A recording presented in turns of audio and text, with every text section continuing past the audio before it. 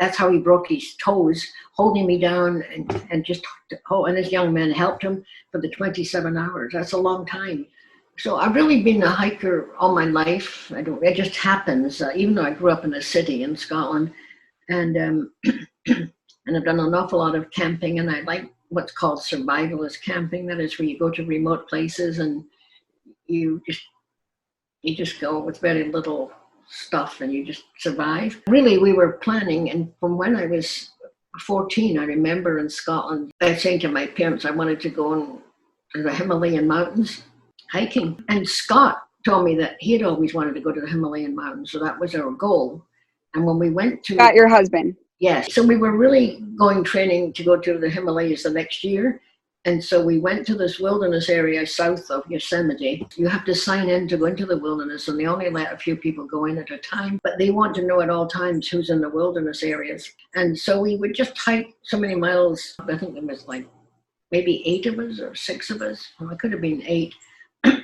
But after a few days, we had a sort of a rest day where people were tired and you could rest.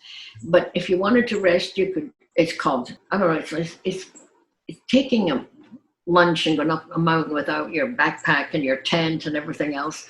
So it's like your rest day, and you could just go with no equipment except a paper bag with your lunch in it. It's called peak bagging. You go up a peak with that bag lunch, and you just come back down again. So we all went up there to this peak, and it was up about 14,000 feet, just under 14,000 feet.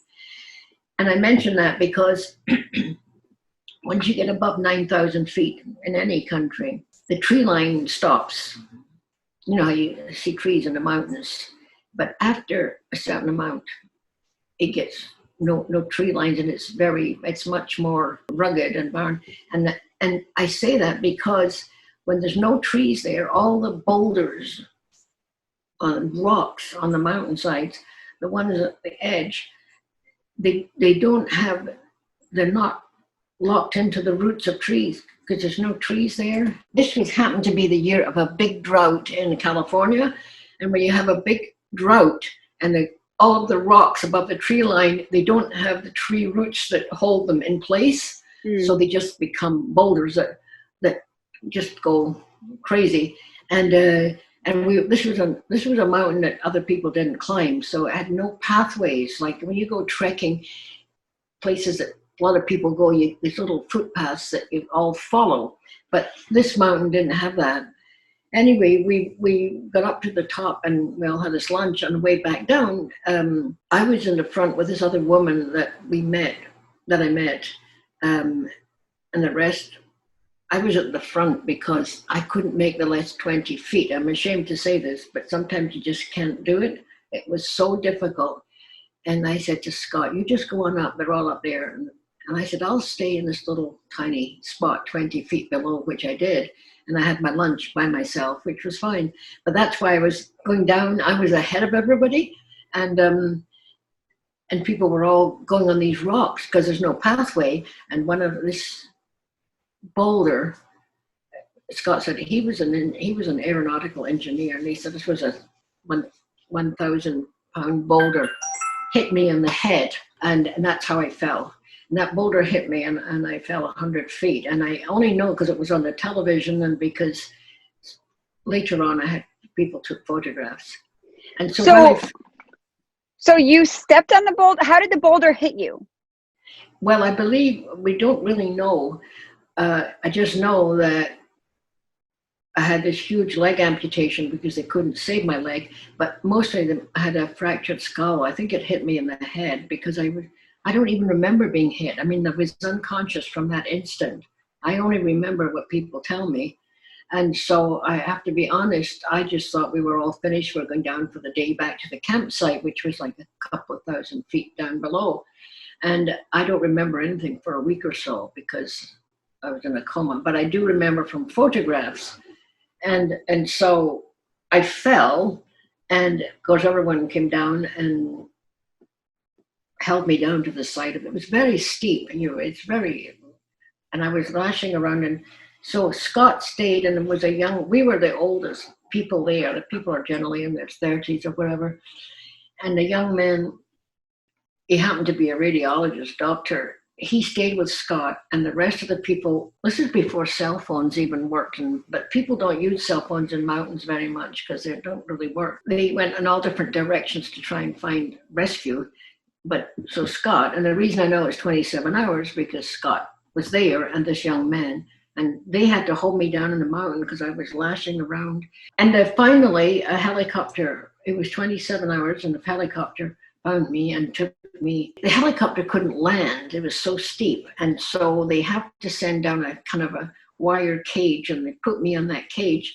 And then they flew me the 80 miles to Fresno on that cage. And then another helicopter came eventually to take my husband there because he had broken his feet holding me down in the mountain for these 27 hours. But anyway, he finally got to Fresno, and that's where I stayed for a couple of months while they did these operations. Oh my gosh. So you fell, you're not 100% on exactly how it happened. You think you hit this boulder, the boulder hit you or something, but it caused you to fall 100 feet. Yeah. No, I do know how it happened. Because when all the rest of the group were coming down, because I was in the front there with this other young woman, they all came down, and each time they all stepped on a boulder, it loosened it a little bit. And that's why I explained when there's no tree line, usually trees can hold boulders together better. And when you're up high like that, it's not there. And so they just all came down, and they would jump on a boulder, and this big, huge one dislodged and hit me in the head. That's what they told me. But weren't you on top? Like, weren't you guys standing on it? So I'm just trying to figure out how it hits you in the head if you're on top of it. I wasn't on top of it. The others in the hiking group, I told you, Scott, and there was about 5 or 6 others, and they were all coming down. So we're all walking down a mountain, and so you're not all lined up together holding hands. You're just going down the mountain. So I was ahead of them. I was probably, I think I was at least 10 or 15 feet or maybe more ahead of them because I was, because I had rested, I was a little bit further ahead. And so they would jump. And finally, as they came down, they stood on a certain rock, and they must have stood on the same rock, and it got looser each time. So by the time person number 5 was on the rock got dislodged, and it fell down and hit me in the head. And then I fell. So it came from the area they were in, just a little bit behind you, and it kind of like rolled down and kind of hit you off the ledge? That's right. That's exactly right. And then you fell on rock? Well, I just fell straight down. It was so steep. Scott says that he believes that halfway down the mountain of that 100 feet, some little bush or branch or something was sticking out, and that broke my fall so that it didn't fall the whole 100 feet, that I maybe fell half, with one sort of break in the fall. Do you know what I mean when I say a break? Yeah. That's what he told me. So then when they said that you were thrashing around, were you having seizures? No, I think he said I was just yelling and screaming, and then I started talking in Gaelic, but because I was in such shock, I don't know what, but they had to hold me. All I know is that that's how he broke his toes, holding me down and just, and this young man helped him for the 27 hours. That's a long time. So they couldn't get anyone there for 27 hours because of how remote this area was? That's correct. I can't even believe that you survived 27 hours after surviving that fall. Well, when my children came out to Fresno, my husband, after they established I was still alive, he called the children, and they came out. And my son told me that, I don't know who, some doctor said to him, your mother would not even be alive if she was not in a very healthy condition, because you just don't survive that unless you're healthy. That's what they said to my son. Well, congratulations on being smart and making sure you were healthy.